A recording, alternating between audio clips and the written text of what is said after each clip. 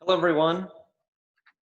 Before we get started, I just want to note that tonight's talk is being recorded. Okay, thank you all so much for being here tonight.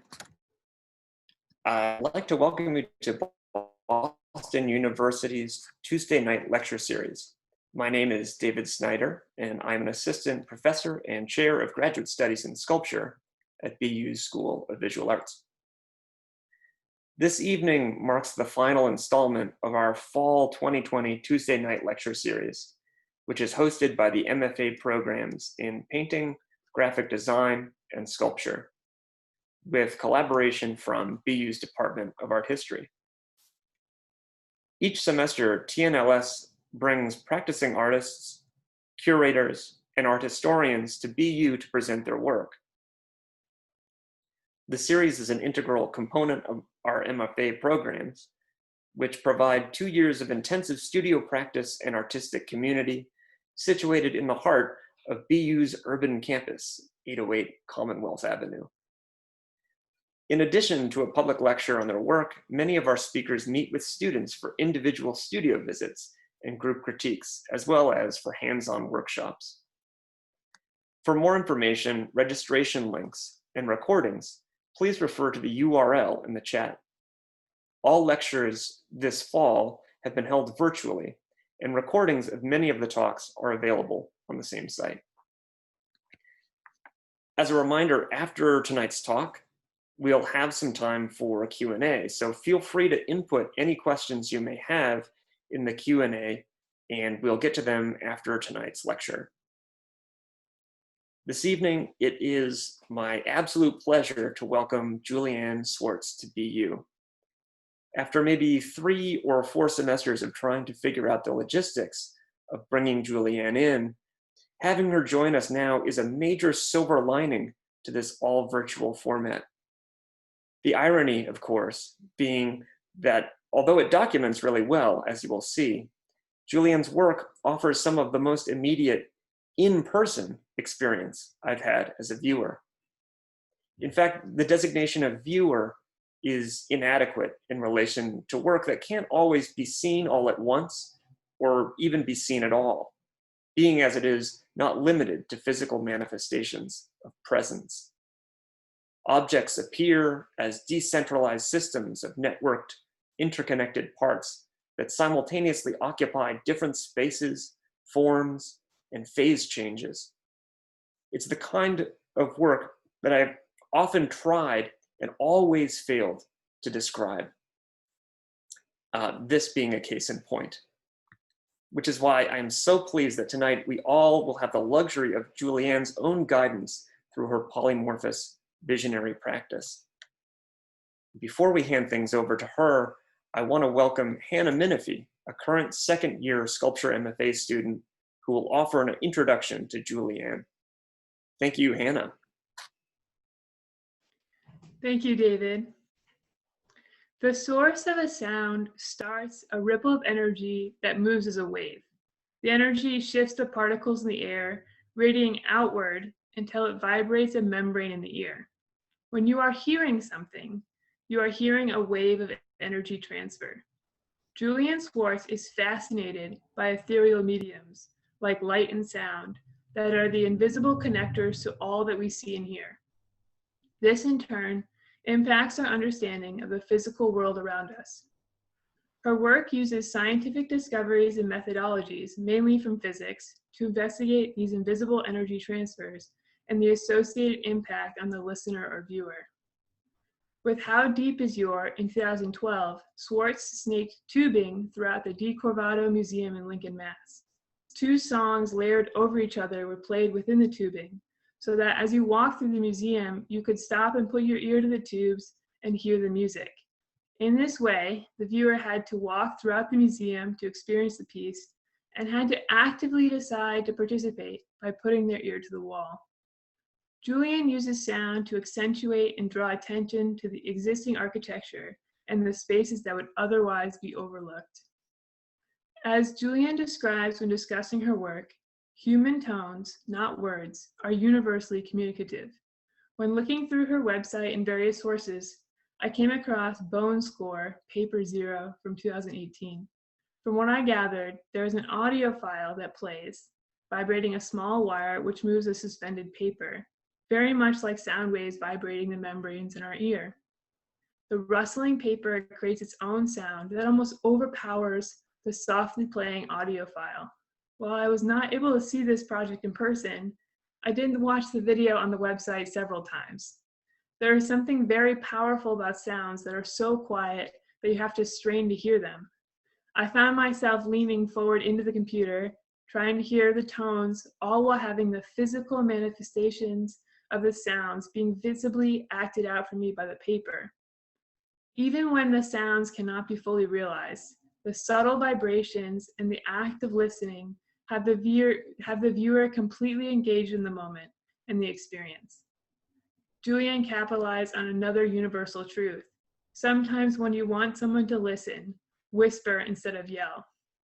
As Julianne postulates, sound, just through volume and tone, can elicit a strong emotional response. What is art? And with that, what is the purpose of art? As artists, these questions are ones we have to grapple with, construct our answers to, and defend our choices. Many times, this process is articulated through the placement of objects, the construction of spaces, and the means in which our work is displayed and discussed. Julianne Swartz answers these questions in a very meaningful and relatable way. Her work connects people to spaces, people to sounds, and people to moments. She discusses art as a form of empathy, of creating emotion and connection. Julianne strives to create work that feels alive, not only to her, but to all who interact with it, and through that life, make the viewer more cognizant of the world around them. We are so excited to have Julianne here today to speak about her work. She has shown all over the world, received many awards and accolades, most recently a Foundation for Contemporary Art Fellowship in Music and Sound in 2020. An Anonymous was a Woman Award in 2015, Urban Glass Visiting Artist Fellowship in 2015, and a research grant to work with Marcus Grainer, Harvard University physicist, also in 2015. Thank you so much for being here today.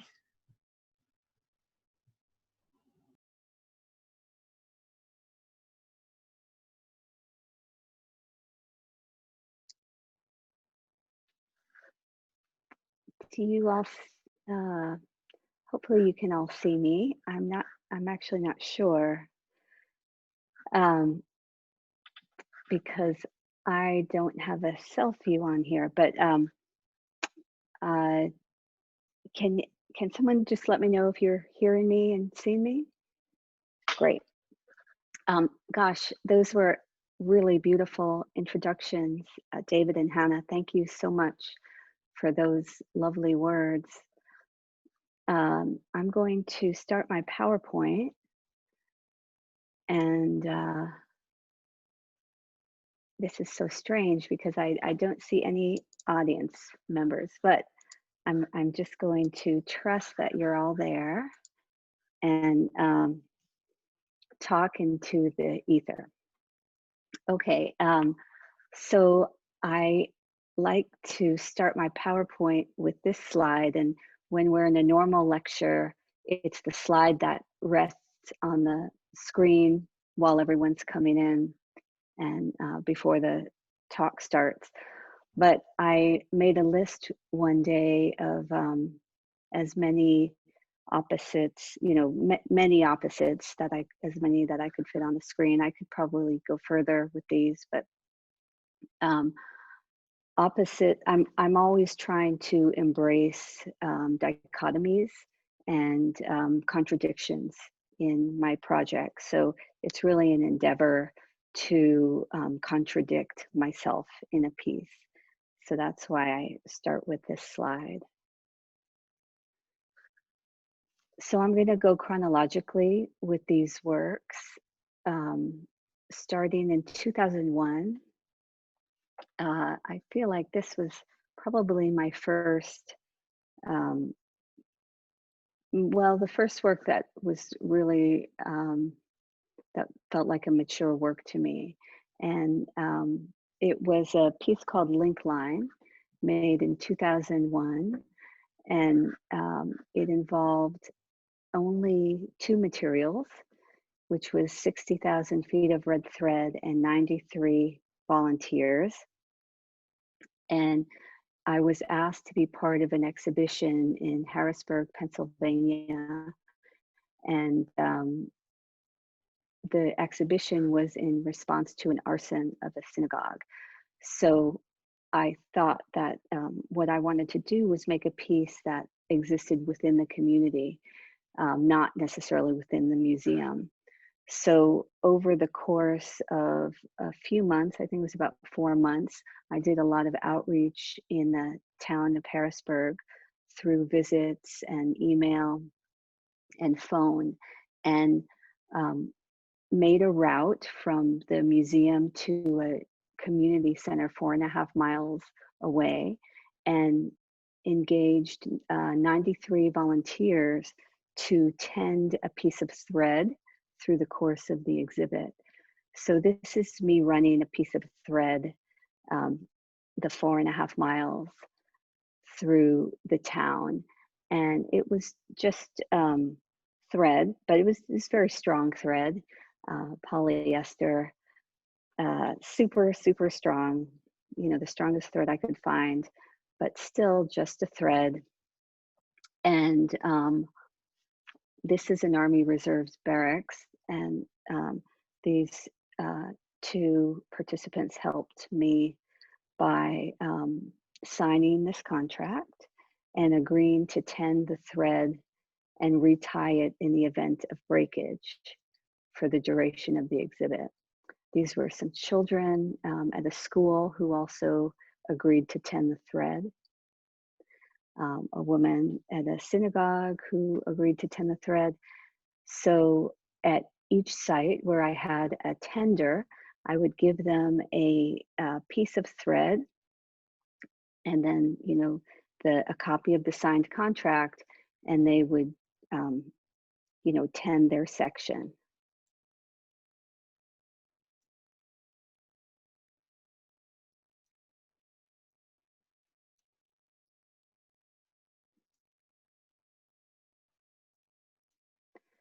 So the thread was mostly invisible, but if you looked for it, you could find it.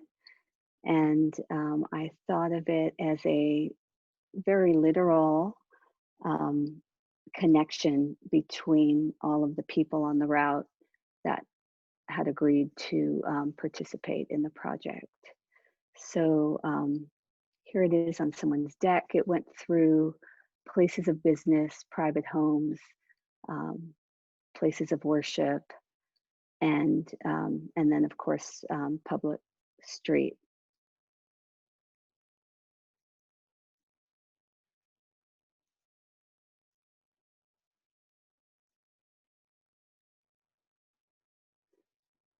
So this project really, I was really interested in this project as a way to, well, I made this in 2001, and I actually made it before 9/11, just a few months before 9/11 happened. And then after 9/11, I went back to all the work I had done and thought about what was meaningful to me. And this one stood out really as the only thing I'd made to that point that was meaningful. And I it it made me understand that being that a way that I could be political was through human contact, through connecting people with one another.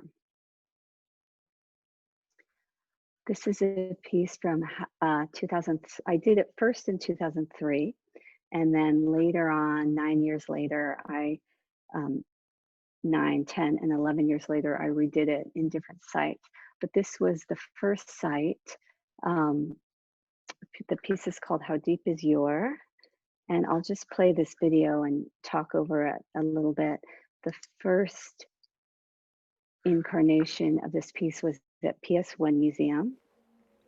And this is what you would encounter in the gallery space, this funnel. And I had a picture next to the funnel that directed you to put your head in the funnel if you wanted to. And this is what you would see inside. You'd see your own face with the glowing hole in the middle, and hear that sound that felt like it was coming from far away. And if you were curious, you might follow this tube, which left the gallery space and entered the interstitial space in the museum. And the solid tube every so often would become clear. And at the clear points, there were punctures in the tube or cracks that you could put your ear up to and listen. So they were kind of like places where the contained sound would escape. And at PS1 Museum, all of the utilities there are very exposed, like the electrical, the water. So I was following those as a guide. This is a little crack in the tubing where the sound seeps out. So using the existing utilities as a guide and then adding this additional utility system. And I thought of this as a utility of sentiment. And it led you eventually down to the boiler room in the museum, where there was a defunct boiler unit, this old boiler that didn't function anymore as a boiler, but it was a great place to bury speakers. So I buried a speaker on each side of the boiler. On this side, the speaker played this song from 1970 by John Lennon called Love. And on the other side, a speaker played How Deep Is Your Love by the Bee Gees. And I think actually we might be missing a channel of sound. Oh no, there it is. So the two would mix in the tube, and it would be an acoustic mixing of these two songs. And that was what was playing through the museum in the tube, contained in a tube.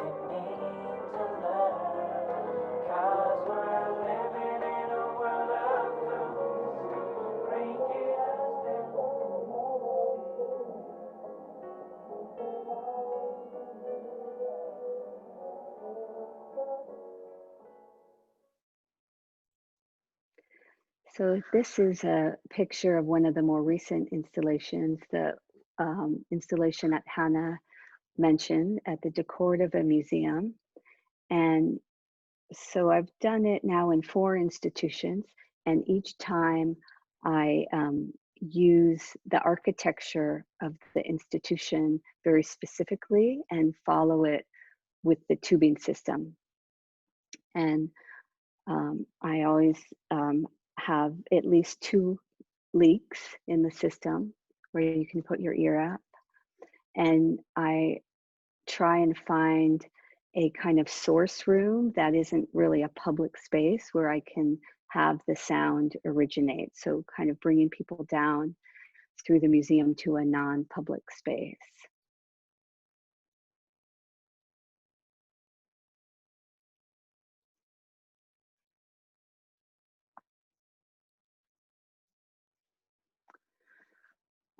This is a piece from 2004 called Can You Hear Me? And it was a site-specific piece at the Sunshine Hotel. And the Sunshine Hotel was the last remaining single residence occupancy unit on the Bowery. And this, where it says park, is where the new museum is now. And before the museum moved into this neighborhood, they asked artists to make a site-specific piece. We could choose our site, and I chose my site, this hotel, because I thought that the men who lived in this hotel would be most impacted by the museum build here. So a single residence occupancy is it's a very inexpensive per night hotel, but it really acts as a shelter. And the men who were living there, it was a men only facility, and the men who were living there had been there minimum of 12 years, and some of them had been there up to 30 years. So it was really a home for about probably about 40 men. And this is what I built onto the facade of the building. And I built it incorporating this phone booth, which at that time in 2005 was 2004 was the main means of communication for most of the men in the facility. They didn't have cell phones, so they used this phone booth. And I thought of this system as a alternative communication system.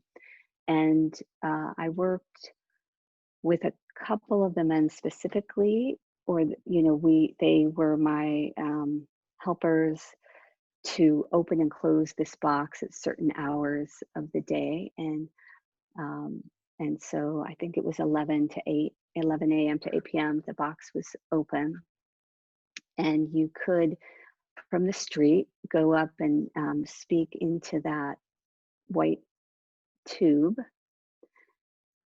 And if you spoke into the tube, your voice would carry up to this room on the second floor. And this was the common room for the residents. So this was the place where people would congregate during the day. You couldn't, this was not the sleeping area. There was bunks elsewhere that were for sleeping, but this was kind of a public area. So if you called into the structure from the street, your voice would be heard here, and someone sitting up here could choose to answer or not. And if they did answer, then you could have a face-to-face conversation with someone over that distance of about 30 feet.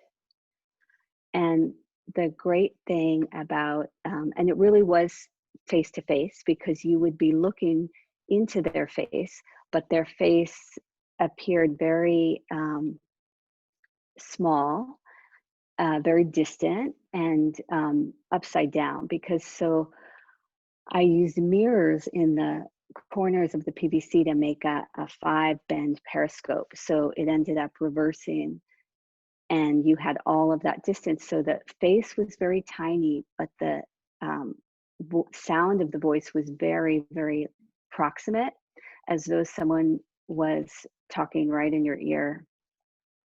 So I thought of this kind of simultaneous experience of distance and proximity.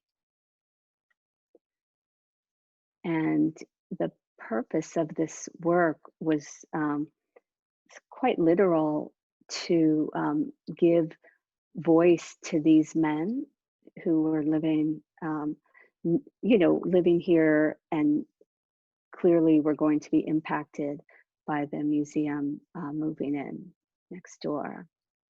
And also to, to give voice, but also to have a, disrupt kind of power balance that these men were not acknowledged often in the neighborhood, and then here it was their volition to either answer or not answer when the call from the street.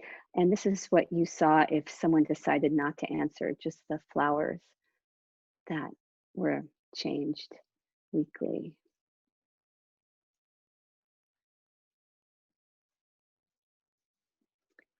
This is a piece from 2006, and it was a site-specific installation at the Tate Liverpool Museum.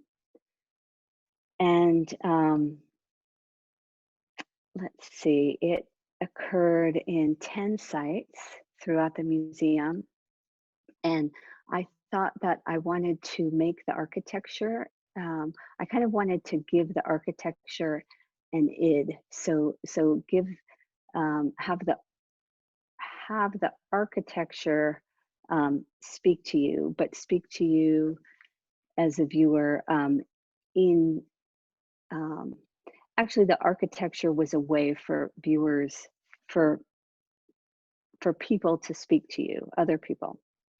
And I had been thinking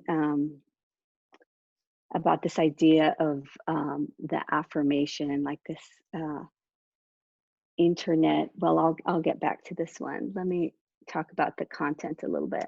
Been thinking about this idea of the affirmation, which was this kind of internet phenomenon at the time, where you could sort of tell yourself, you know, things to tell yourself what you wanted to hear, I guess.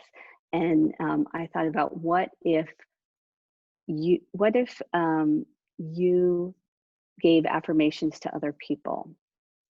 So what I ask people to do is to think about what they totally wanted to hear, what they could hear from someone else that would make them feel loved or acknowledged or understood or respected, or whatever verb you wanted to use that meant, you know, cared for, and ask them to say these things to another person using the second person tense. And I recorded about 70 people for this project, self-selecting volunteers. Some of them from, you know, I sent out outreach. We did ads on the radio in Liverpool. And the voices that I recorded came out of basically the infrastructure of the building. So some of them came out of the drains in the bathrooms. I kind of co-opted the drain system and the HVAC system so that the voices would come out of vents, drains, and different kinds of infrastructure. I also used transducers to make the doors and benches into speakers. And I also used technology that at that time was very new, and now it's not, now it's more utilized. It's ultrasound speakers that make sound waves in the air that you can kind of walk into zones of these sound waves. So it's kind of like you're wearing headphones with no headphones. So when I recorded people with this prompt, I also asked them to, I asked them to write, you know, their response to that prompt. And some of the responses were very earnest, and some of them were, you know, ironic and facetious, and, you know, but for the most part, I got people really earnestly answering that question and saying that to somebody else. And then, as well as that material, I recorded them reading these scripts from the internet, scripts of affirmations that I culled from the internet. Here's not my best documentation, but you can get some sense of that piece here. Please forgive me for intruding on your thoughts. I'd just like you to know that I care about you. You may think it's strange I can care about you and I don't even know your name, but I do. I would like to get to know you better.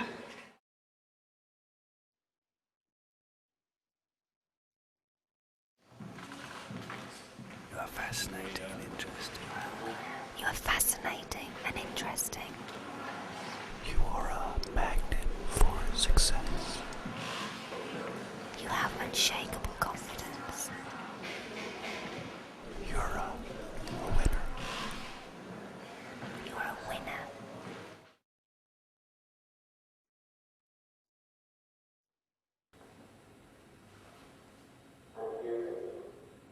I always have.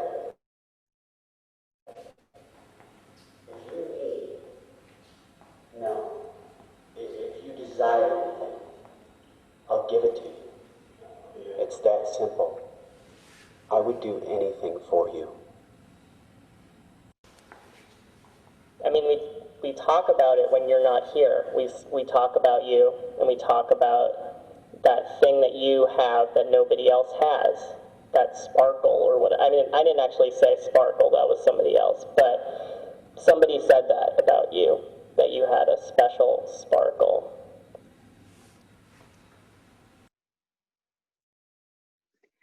So after I did that work, I thought about how I might get that same sensibility of,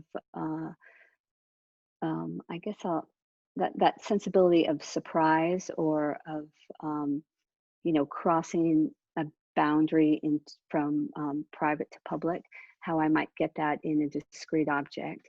And so I made this work called Open with the recordings that I took for the Liverpool project. And it's a box that I prefer it to be unmarked, but sometimes when it's been in museums, it's had to have a label. And it has a handle so that you might go and open it and might be worried about opening it and not knowing if you should open it. And then here's a video of when you open that box.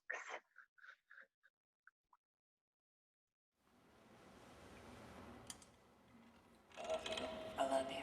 I love you. I love you. I love you. I love you. I love you so much. I love you so much. I love you. I love you. I love my I love you. I love you. I love you.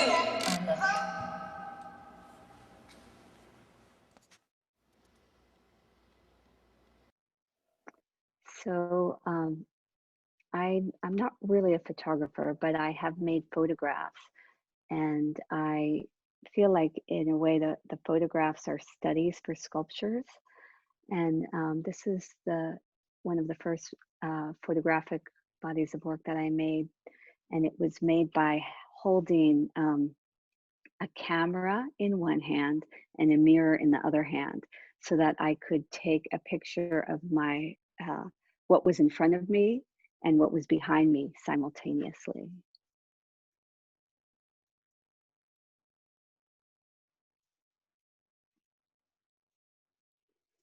And this series is called Placements.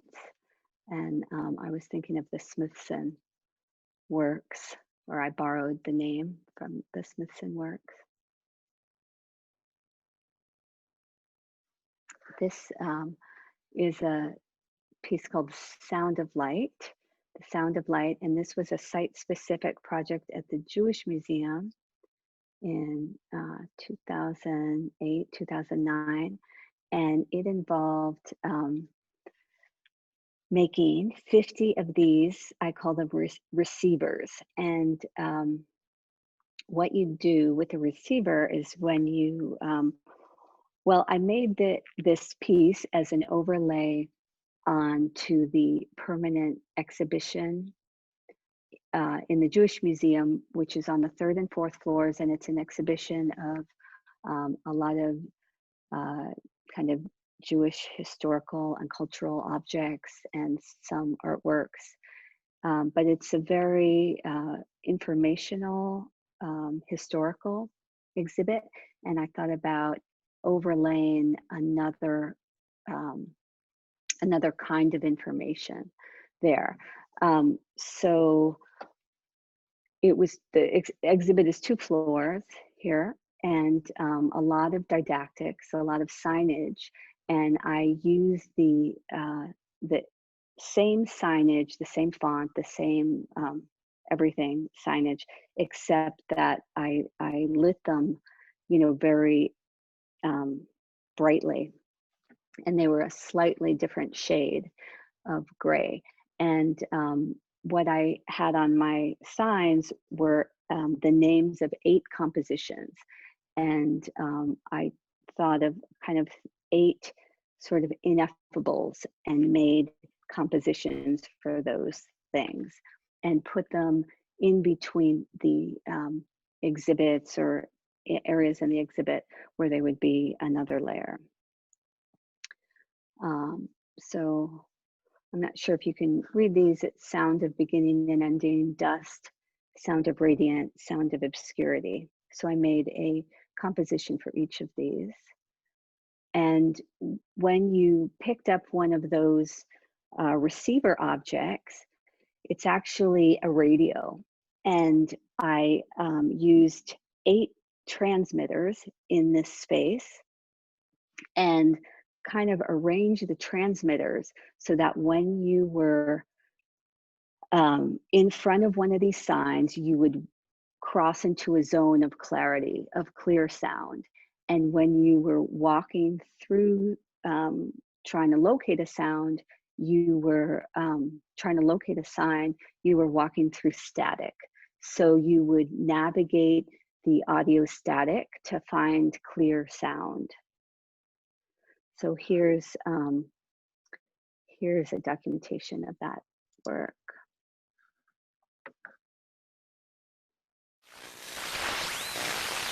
And some of the soundtracks. This is the soundtrack. And she loved a little dust. boy. And every day the boy would come. And he would gather her leaves them into crowns, and make them into crowns, and play king of the forest. That shows the tenderness.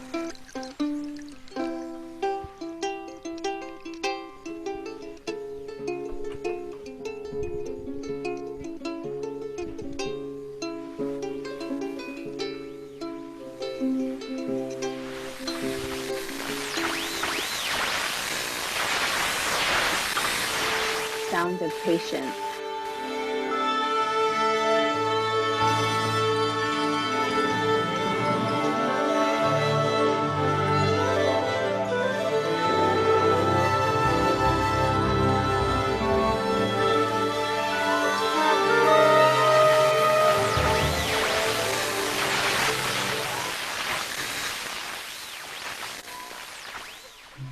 The darkness.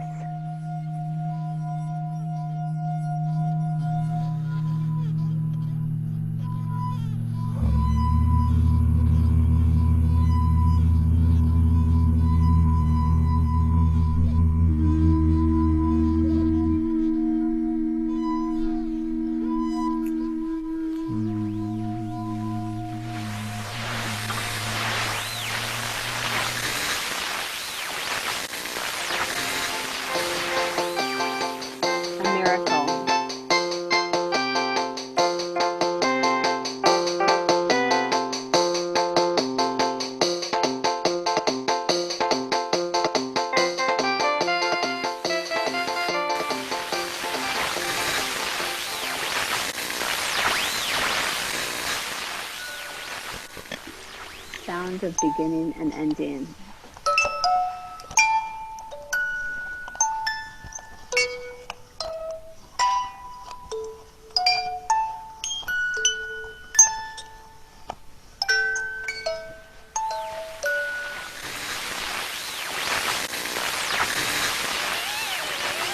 Shadow.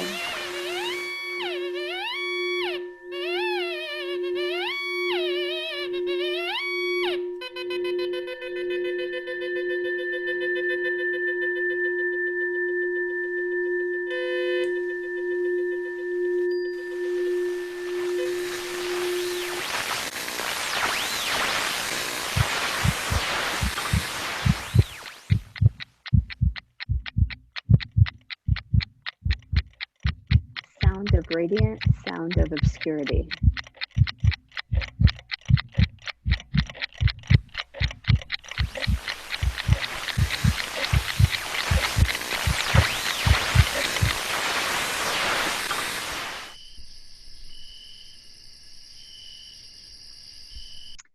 This is a piece from 2010 called Loop, and this is a 12-channel soundtrack that moves through these speakers.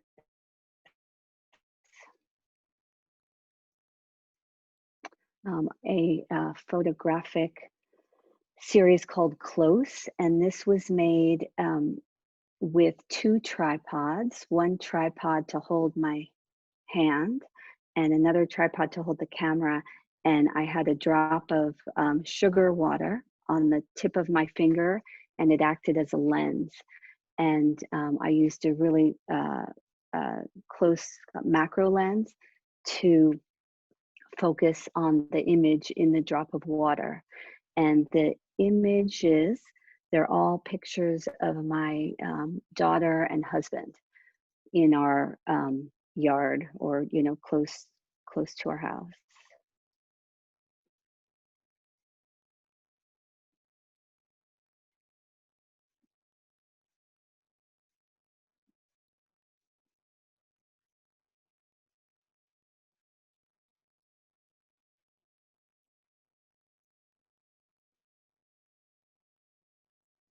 And this is another family portrait. It's called Surrogate JS, Surrogate KRL, and Surrogate ARL. And they are block configurations of cast cement blocks with mica and mica dust in them. And they're in the dimensions of our bodies at that time in 2012. And they are blocks with cavities in them, and there's 144 clocks in the 3 figures, so that they have a quite persistent ticking, erratic, layered ticking.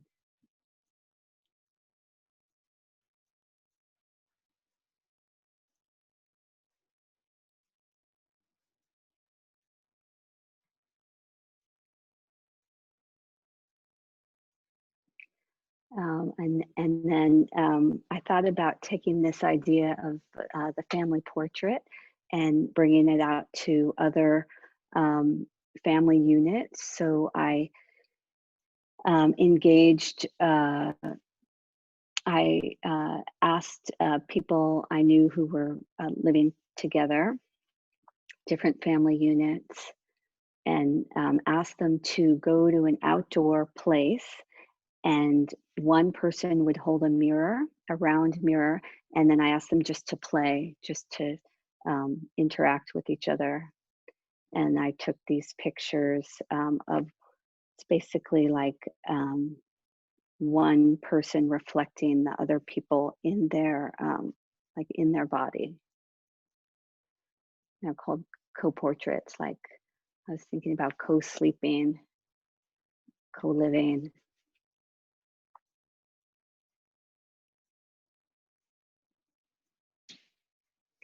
Kind of fragments, sort of fragments of you into somebody else and vice versa.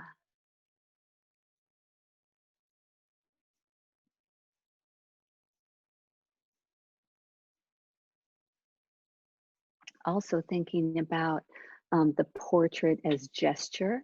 So not focusing on the face, but more on the like the gestures of the hands, and like the kind of unconscious gestures. So documenting these unconscious gestures that people in intimacy have with one another.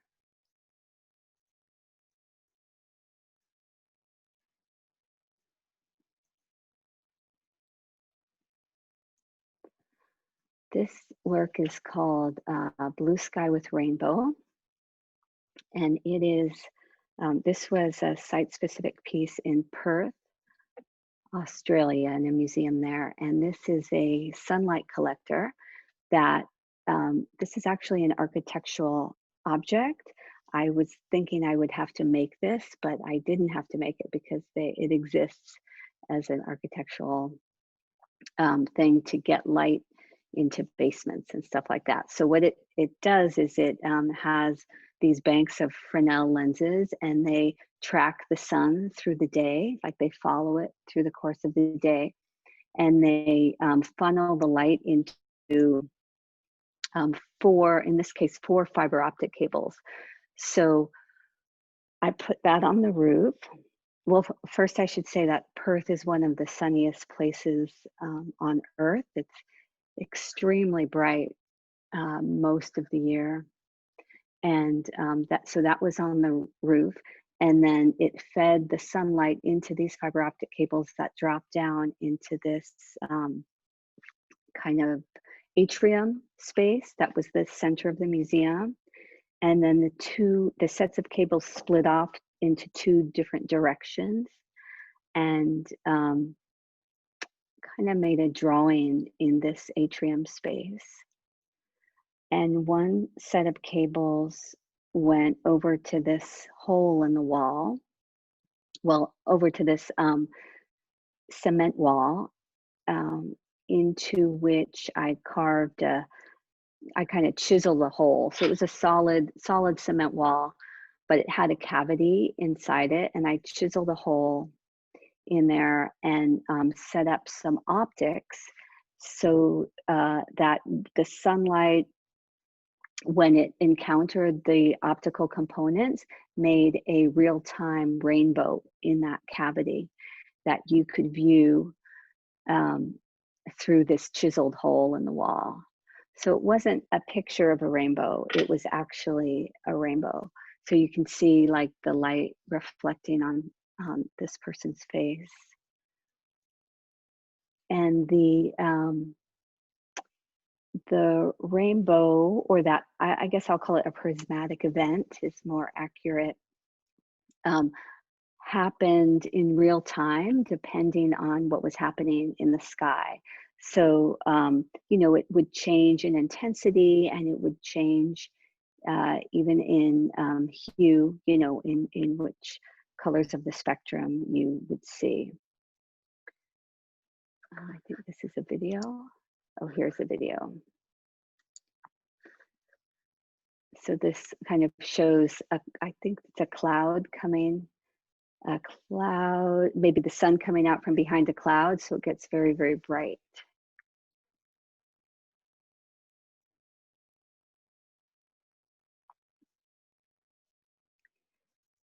And the other tube veered to a different part of the museum and just emitted this really, really bright beam of sunlight. And the tubing was, the fiber optic tubing was clad in a particular blue color, which was exactly, I tracked the color of the sky in midsummer when I did the site visit. Here's some of the works that Hannah was talking about in her introduction. These are called bone scores, and these are they're sculptures that are functional speakers. So I use a magnet coil, so a coil of wire and a magnet, and then I put sounds through that coil, and then the coil and magnet excite, and then the sound gets kind of transferred into the material, and then that can make the material move or tremble, or it gives the material some action. But it also, depending on what the material is, it also acts as a conductor for the sound. So you hear both the recorded sounds through the material and also the sounds that the material makes. So here's some videos of those pieces. This one's called Paper Zero.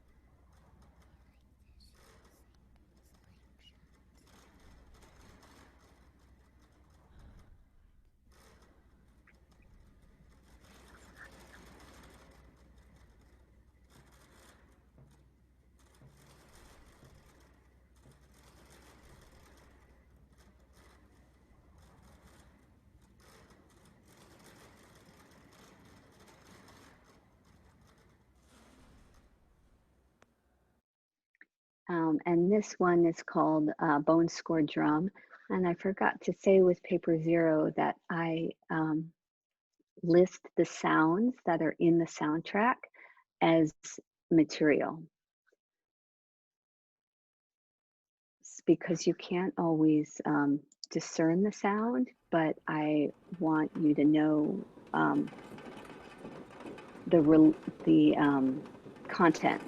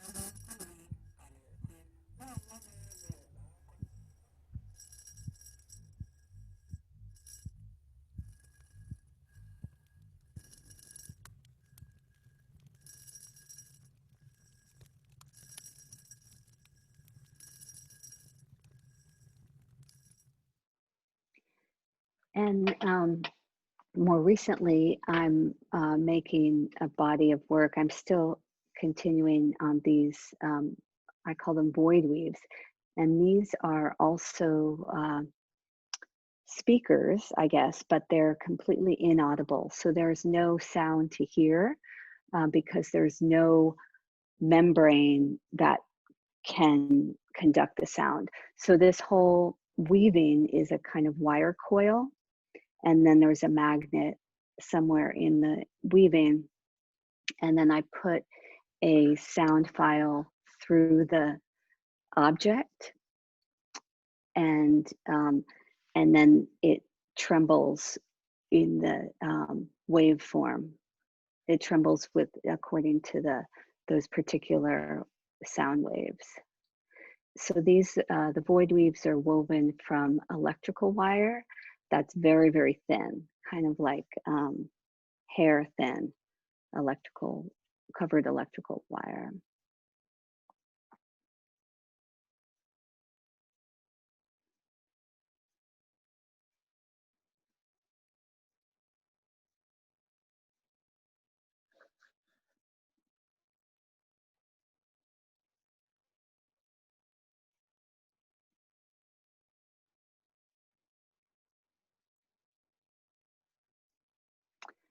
This is a piece that was in Cambridge, and maybe some of you saw this, I don't know.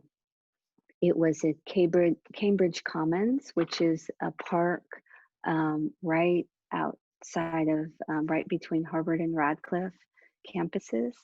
And this was an existing bench there at the Commons. It was part of a show called Common Exchange. And I made an intervention on this existing bench. So the chairs were there, the bench was there, and I modified the bench to become a switch. And then I added these floor graphics and the sign and the speaker and a soundtrack. And the way, well, this is a picture of Cambridge Commons. So the speaker was heading out to this kind of grassy area where people would congregate and sit. So if two people sat at the bench and touched each side and then touched one another, they would activate this speaker to play a soundtrack. And the speaker, you know, you could definitely hear it here where the bench was, but where it was directing was towards the Commons, where people were, lying there on the grass. So I thought of it as like a cooperative public address system.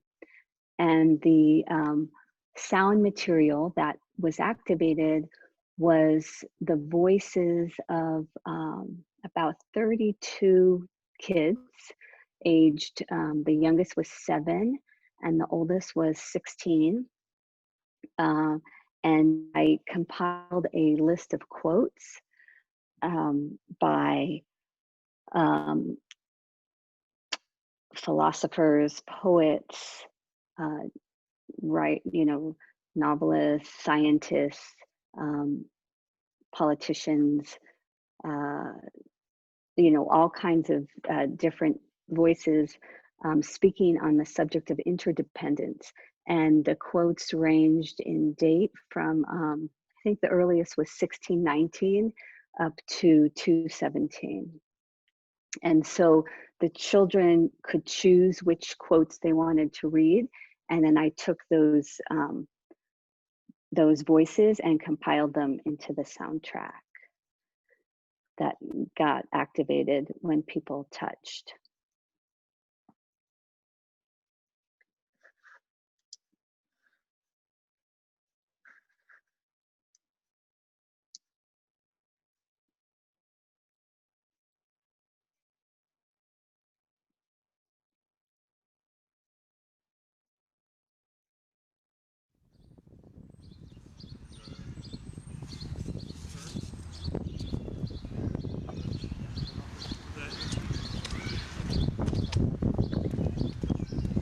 Bridges.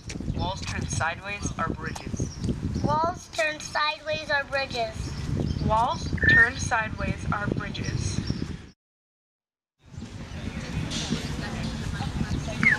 And sing myself. And what I assume, you shall assume. For every atom belonging to me, as good belongs to you.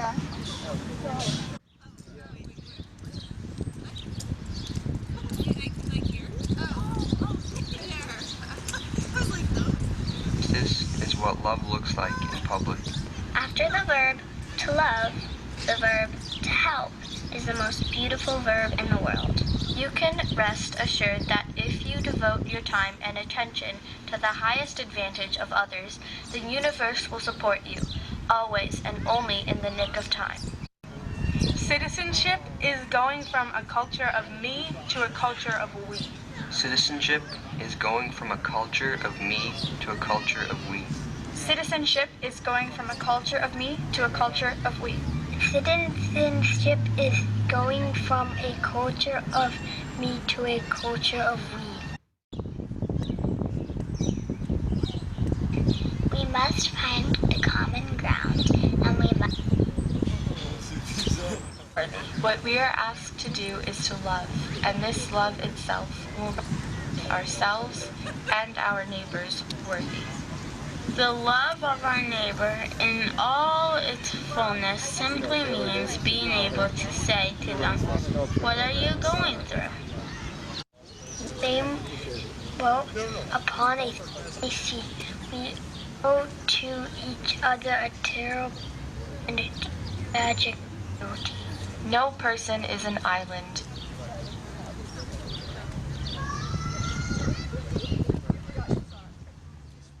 The only real nation is humanity. The only real nation is humanity. Tomorrow belongs to those of us who conceive of it as belonging to everyone. Tomorrow belongs to those of us who conceive of it to everyone. Those of us who conceive of it as belonging to everyone. There is no way to peace along the way to safety.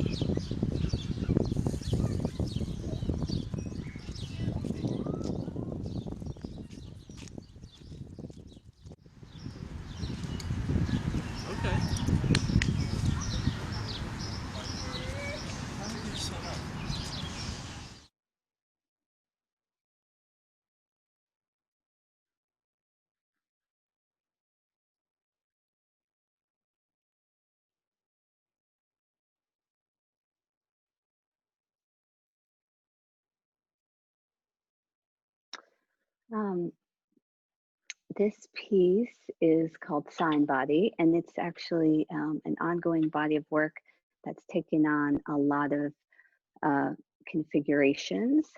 And these are glass and ceramic instruments, and I play them. By, well, there's a speaker integrated in them, and then I play them by inserting a microphone into them and having the speaker and the microphone kind of make a feedback loop in order to play the resonant tone of the vessel. So I get them to kind of emit these pure resonant tones. And each one, depending on the number of holes, has one or two tones that is like the optimum tone for that particular vessel. And sometimes they are shown like this in an installation format where they're just emitting their tones in a kind of random sequence. And sometimes I play them in performance.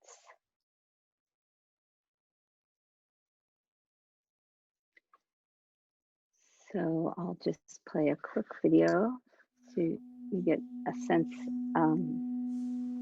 So the sound is very visceral. You really, some of the tones, you really feel them vibrating in your body. And with certain layerings, you can get like these acoustic effects of, it's called beat frequencies. So it's like almost a percussive effect from the layering of certain tones.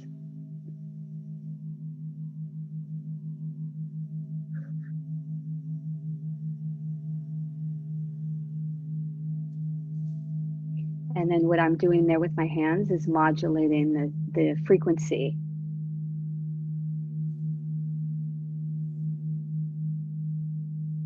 So we can modulate the frequency by closing and opening the hole and by moving the microphone.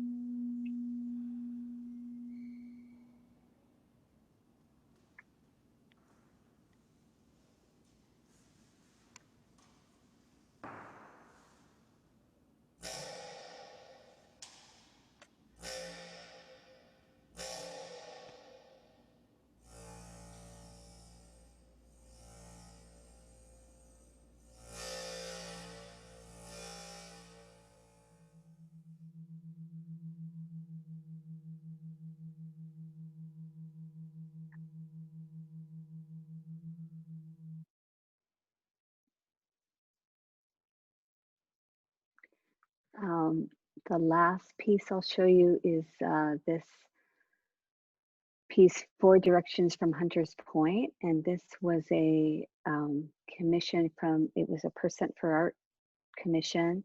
And it was in a new construction library built by the architect Stephen Hall on the water in Queens. So this is this is actually a picture of the model of the library. It's that white building, and this is a picture of the existing building. And you can see at a few places in the building, like by the door there on the left, there's a hole in the wall.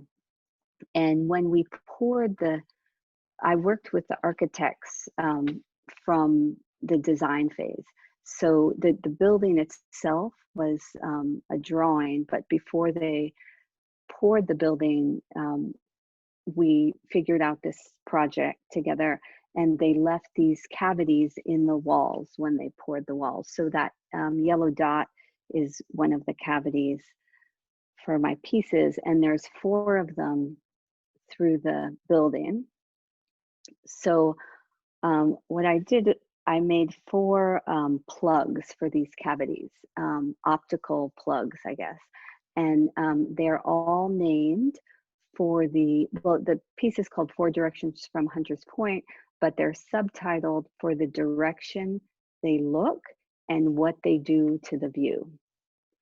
So west inverted, west interrupted, up and out, and northeast multiplied. This is northeast multiplied, and it looks to the kind of entryway of the building with multiple lenses. This is the outside. And then on the inside, you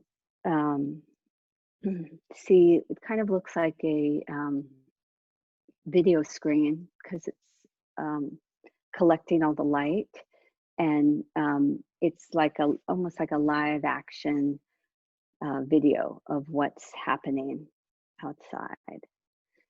This is west interrupted, and this is made with lenses that shift depending on your perspective to it. So the depth of field changes as you move around the piece, and what's in focus changes as you move around the piece. And this is west inverted, and it's one single lens. This is in the children's section, so it's low.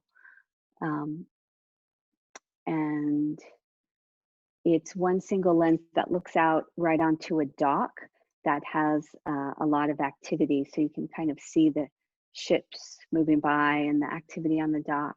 I'll show you a quick video in a minute. And this is up and out. And this is a periscope that goes from this landing up through the roof. And it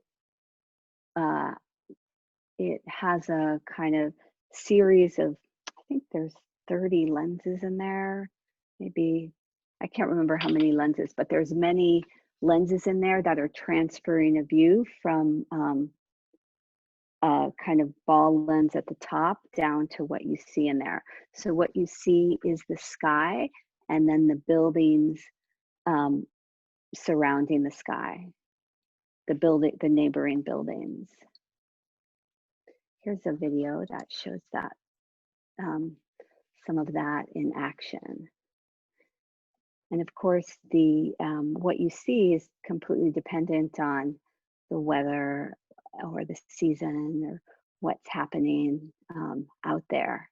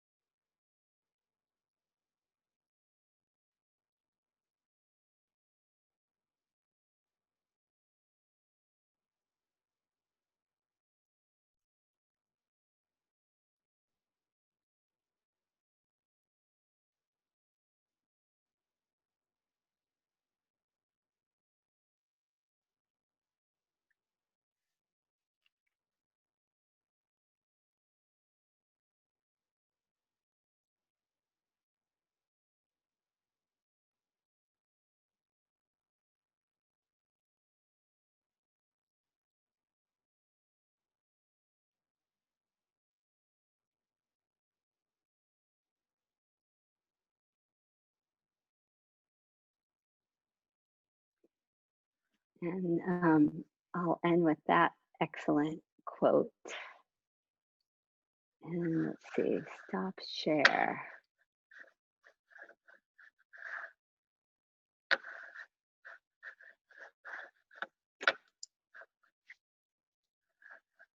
There we go.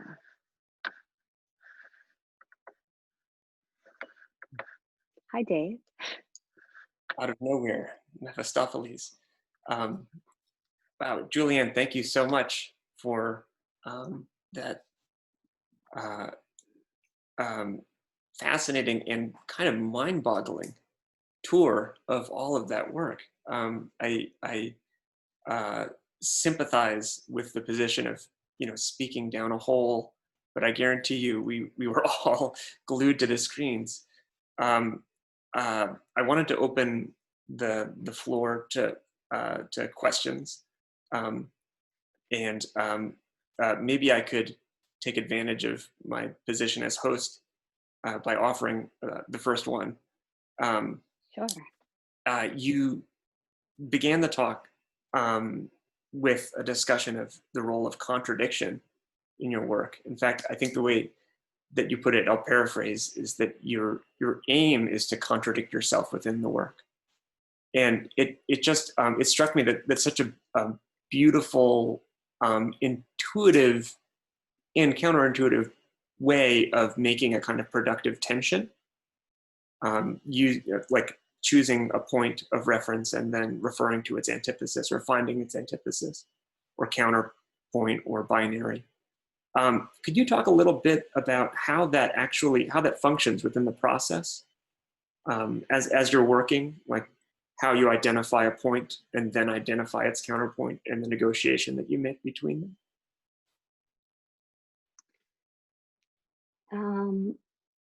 Well, it happens, I would say it happens both unconsciously and consciously. If something,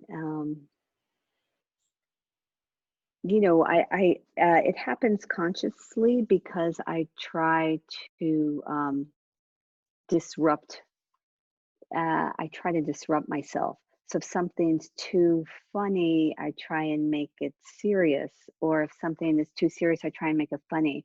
Or too clean, make it dirty. Or, you know, it's like a way of, it's kind of like a way of prodding, I guess. And I would say a way of digging, like to get more depth or to get more complication in the piece. So, and I think that now now it does also happen maybe intuitively, like I know that I'm wanting to do that. So I think that I have trained myself to do that, but I also prod myself to do it. So it's both conscious and unconscious, but it's definitely, you know, something's not done until I've really, I mean, I don't always get there, but I really try and find the contradiction. Some works don't have it as much, and but I really try. It's something I really try to do consciously. Yeah.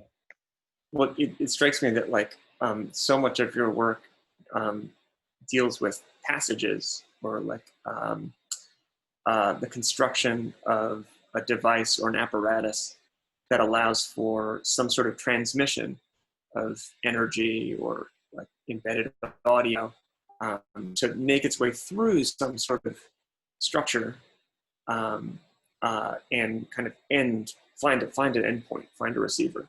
But the notion that like that passage itself like requires all of this bouncing, requires all this kind of travel of like point to point, tacking, contradicting, choosing a path, and then like finding another.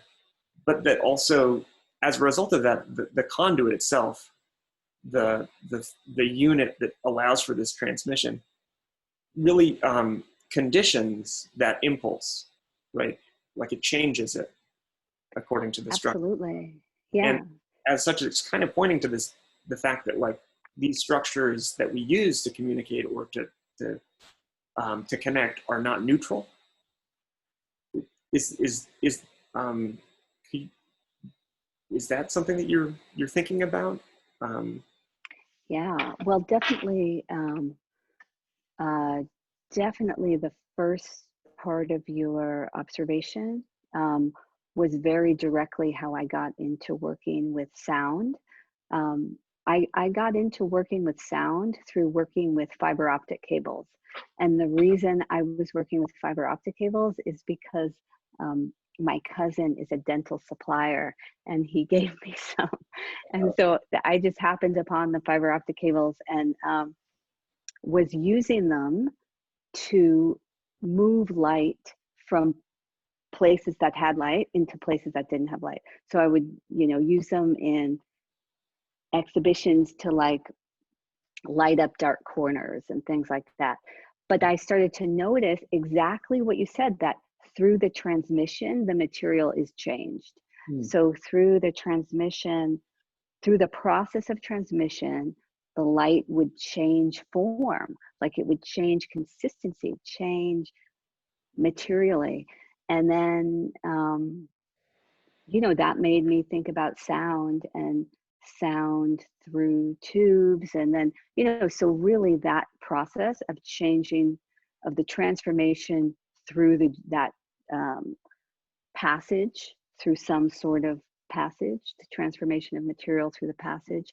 I mean, I would say that's something that, I've tried to, that just has kept coming up in different capacities. Yeah. Well, I don't want to hog the question and answer session. I'll start reading some of the questions from the audience that are coming in. Natasha asks, does the thread refer at all to the thread that traditionally surrounds an Orthodox community to allow the carrying of items on Shabbat? Yes, it did actually. The eruv, I had the idea of a thread connecting the people in the community, and then I am Jewish, but I was not raised religiously, so I hadn't known about that. But I then read about it, and it made so much sense actually to have that in the reference. So yes, Natasha, that was yes, part of the reference. The difference with the eruv is that it's on top, like it's in the sky. It's around and mine was on the ground because I really wanted it to be, I wanted it to be very visible, and I also wanted it to be stepped on. I wanted it in the fray, people's paths. Potentially compromised. Potentially compromised and, noticeable if you looked. Anne asks, you'd mentioned that after 9/11, you'd reflected on the work that you'd done at that point. You assessed what was meaningful to you. How did your practice change after that point? Any other significant pivot points in your career where your practice has shifted?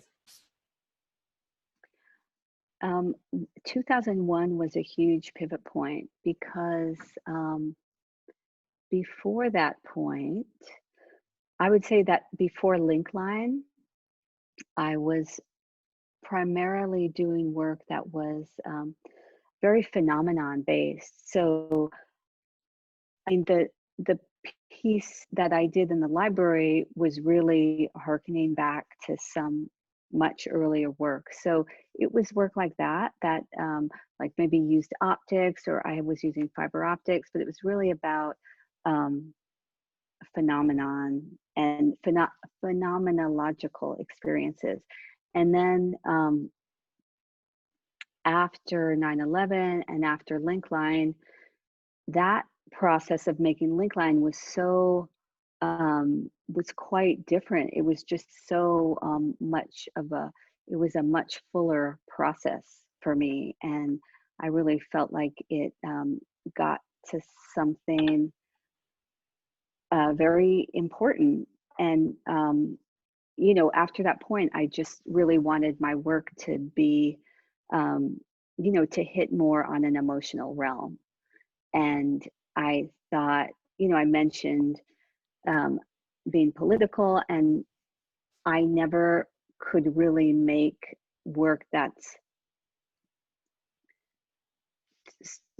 so overtly political, or I never quite felt comfortable making work that was so overtly political, though some pieces a bit more so than others. But I felt like the emotional realm was how I could enter into that discourse through through the emotional realm, or through you know, speaking of human connection. Jason asks, could you talk about the decision-making process that goes into your choice of materials? It seems that works that interact with a public space use materials that are in kinship to existing infrastructure, while works that focus more on the material of sound itself and less on the conceptual notion of interconnectivity or relational space embrace more traditional art making or sculptural media. Well, definitely the choice of materials is dependent on the site. And, you know, my practice is very site specific. And I have made works that are more gallery based, like the bone score sculptures or the void weave sculptures that could, or the photographs, or the tapestries, which can kind of exist anywhere. But the installations are very much based in site. And so the materials are really dictated by that site. For example, the Hunter's Point piece, the piece with the inserts, the optical inserts, I saw a model of that building. I visited the site, and it was like, with that building at that site, how could you add art? You know, how could you add stuff? It was just already so commanding and aestheticized, and so I thought, well, I'll, you know, just making these viewers, or making something that actually frames the site or optimizes the site or changes the site, or you know, very directly utilizes the site, and then that's, you know, and has the kind of transparency that the building had. And then that's how I came to those particular materials of that piece, and the concept too. So both concept, material, and function come very directly from site. We have a few minutes left here. I feel like we could cram some questions in. Yeah, there's all these good questions in the chat there. Oh, I've been reading. I see some of them. Okay. But not the ones you read. I didn't see the ones you read. Weren't there. But I see, well, there are some there. But I'll let you choose which ones to read. Okay. Yeah, I'm just, let's see, Julianne echoes a sentiment that I think we all feel. Thank you so much for this wonderful talk. I'd love to hear more about your process of working with sound, how you develop the work with various technology, digital, analog, that you encounter and navigate. Does materiality lead to form, or vice versa?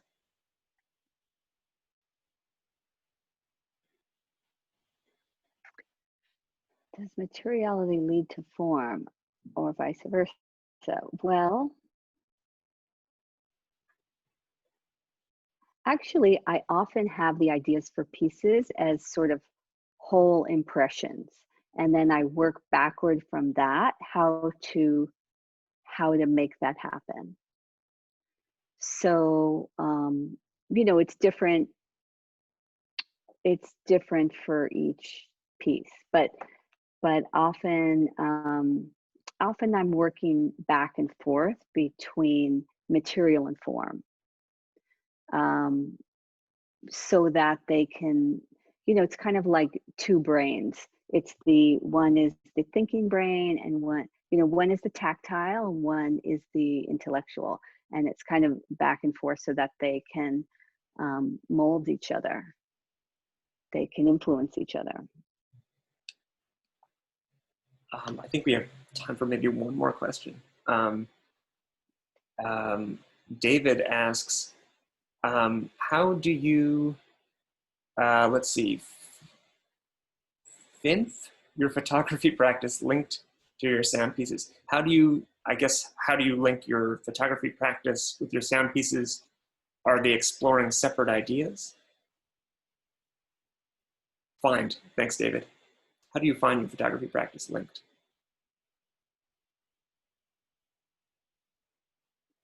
Well, gosh,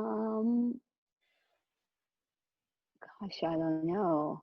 I mean, photography just started really as an experiment. It sort of just started as an accident. But then the later two series, like the close series and the co-portraits, especially the co-portraits, were, I would say the co-portraits, yes, are very much linked to that process of, I mean, I have a lot of interest in kind of what is carried in sound, what kind of affect is carried in a sound wave. So yes, the energy of sound, but not just, there's the physical energy of sound and the emotional energy of a sound.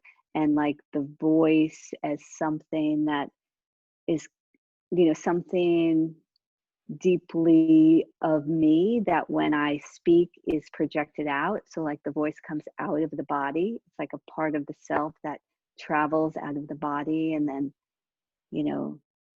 someone else hears it. Like there's a kind of merging with voice. And I think that's very much explored in the co-portraits also. So I would say that there's definitely linkages conceptually and materially too, because, I use like my photographs, or I use some of the similar kind of materials like lenses and mirrors. But there's also a conceptual connection, especially with the co-portraits. Well, we're just about out of time. Julianne, thank you so much for participating in the Tuesday night lecture series. If we could, we would all give a standing ovation. Well, I wish I could see some faces. I don't see. I don't see any. I see you, Dave, but I don't see any of our other participants. But You'll have to take my word on it. Thank you again. My pleasure. I wanted to, before we sign off, I just wanted to cap off this lecture series by thanking Hannah Menifee once again for her wonderful introduction, as well as all the other painting and graphic design students who have composed such thoughtful preambles to each of our talks this semester. They were great. I'd also like to give a round of applause to our graduate TAs, to Hannah, Mira Chauhan, and Daniel Fretwell, as well as a special shout out to our TNLS TA, Jordan Phillips, who, like the Wizard of Oz, has been behind the scenes for nearly every lecture, making this technological interface run smoothly. I'd also like to acknowledge the indispensable assistance we've received from our Assistant Director of Admissions, Jessica Kakamo, and from our Administrative Coordinator, Juliana Augustine. And I want to thank my colleagues whose hard work and tireless collaboration made this series possible. Wanju Lim, Gregory Williams, Jaya Howie, Dana Clancy, and especially Lucy Kim and Mary Yang, the two of whom were the most instrumental in organizing and designing this entire experience. And now I've done my Oscar acceptance speech, and I'll thank everyone else for coming this evening. Have a good night.